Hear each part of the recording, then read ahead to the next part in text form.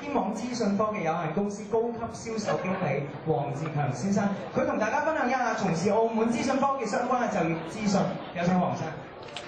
好，各位晚安啊！咁首先我喺呢度就多謝澳門中華新青年協會啦，揾我上嚟去同大家講一個在職生涯嘅規劃，同埋我自己個人一啲經驗或者經歷嘅心得嘅分享啦。咁我叫做 Eric Wong， 咁係從事天網資訊科技有限公司嘅高級銷售經理。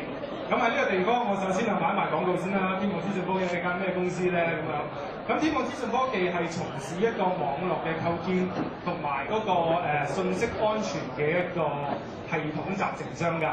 咁我哋公司嘅主營嘅一啲客戶啦，咁我諗其實好多在座都會一啲機構咧都係我哋啲客戶嚟㗎，包括政府啦，包括銀行啦，包括一啲公營企業同埋一啲學界同埋一啲私營機構。咁其實基本上澳門大部分嘅產業我哋都做到㗎啦。OK， 我哋員工而家大概有70幾人到啦。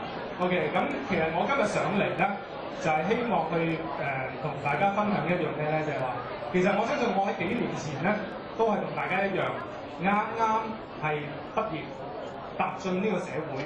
其實我今日主要講嘅就係話，喂，我從一個啱踏進一間公司啱畢業嘅員工，去到今日可能一個中級嘅管理人員，其實我自己可能會一套我自己嘅心得同埋方法，其實就希望喺呢個時間度去同大家簡單咁分享下。因為我知道今日其實時間都好，大家都應該差唔多肚餓㗎啦。我盡量簡單去講一講我自己嘅一個方向先啦。其實我自己見到大家可能啱畢業，會話喺度彷徨緊，究竟自己應該揾份咩工先適合自己咧？你問我自己會覺得第一件事一定揾一個自己有興趣嘅工作先㗎。咁點解會咁講咧？嗱好多時候我見到我喺大概幾年前咧，我有好多朋友，佢哋都係啱畢業。但係當其時，我諗個社會嘅市道係都相對低迷㗎。咁佢哋會揾啲咩工咧？佢哋可能會選擇一啲人工高啲嘅，或者係一啲容易去做嘅一啲工作，而忽略咗自己嘅興趣嘅。咁其實如果係咁樣嘅話咧，大家會發現一個問題出現咗就係話，喺你做下嘢嘅時候咧，其實你對工作係冇乜熱誠㗎，你對自己嘅工作可能冇乜嘢投入感㗎。咁最終變成個結果就係可能你做事就為咗人工得過且過咁去做嘢。咁其實我相信咁樣唔係而家在座各位大學生呢個理想OK。咁所以我自己覺得咧，喺一個大學生嘅最開始嘅時候咧，就最好揾一啲相對自己有興趣嘅工作先。咁當然純粹亦都唔好淨係講興趣嘅，亦都可以考慮下啲實際嘅情況。我想講嘅就係話，其實我相信大家一去到做咗一份工之後咧，你會諗，喂，其實早你1屆、2屆或者3屆畢業嘅嗰啲之前嘅師兄啦，其實一出過嚟做嘢，你會發覺原來嗰啲已經係你嘅競爭對手嚟㗎咯噃。點解咁講咧？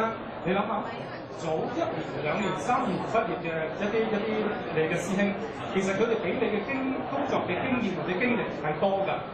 OK， 咁你點樣可以喺一個公司入邊，你得到你嘅老闆或者公司嘅認同與賞識，而俾更加多嘅機會，或者一啲training啦，或者一啲晉升啦，咁俾到你咧？其實我相信全部嘅老闆睇法都一樣㗎。只要你係一個肯做、唔怕蝕底、唔怕辛苦嘅人咧，我相信老闆咧係一定睇得到嘅。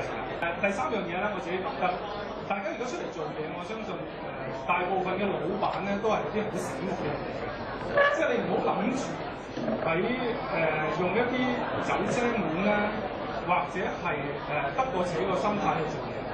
其實我自己覺得做嘢無他嘅，最緊要嘅真誠。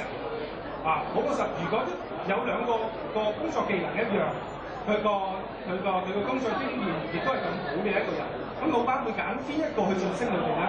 如果你問我，要揀一定係揀一個佢信得過嘅人嘅。咁呢個信得過嘅人係點樣先至會出到嚟咧？好簡單，只要你做嘢夠真，你唔好走精面，其實我覺得已經係好足夠㗎啦。OK， 咁去到最後，咁亦都想同大家分享最後一樣嘢啦。即係假設你已經做咗一份工，亦都有咗一個亦都唔怕辛苦 ，OK， 亦都覺得自己做嘢好真誠啦。咁最後大家會諗，我做呢份工應該點樣咧？其實我覺得做人最好做一份工，幫自己定下一個目標。首先或者簡單啲啦，當自己定位一個短期嘅目標先啦，去睇一睇究竟呢份工係咪適合自己，呢份工究竟可唔可以有幫自己晉升嘅空間，同埋自己係咪真係有興趣做呢份嘢嘅。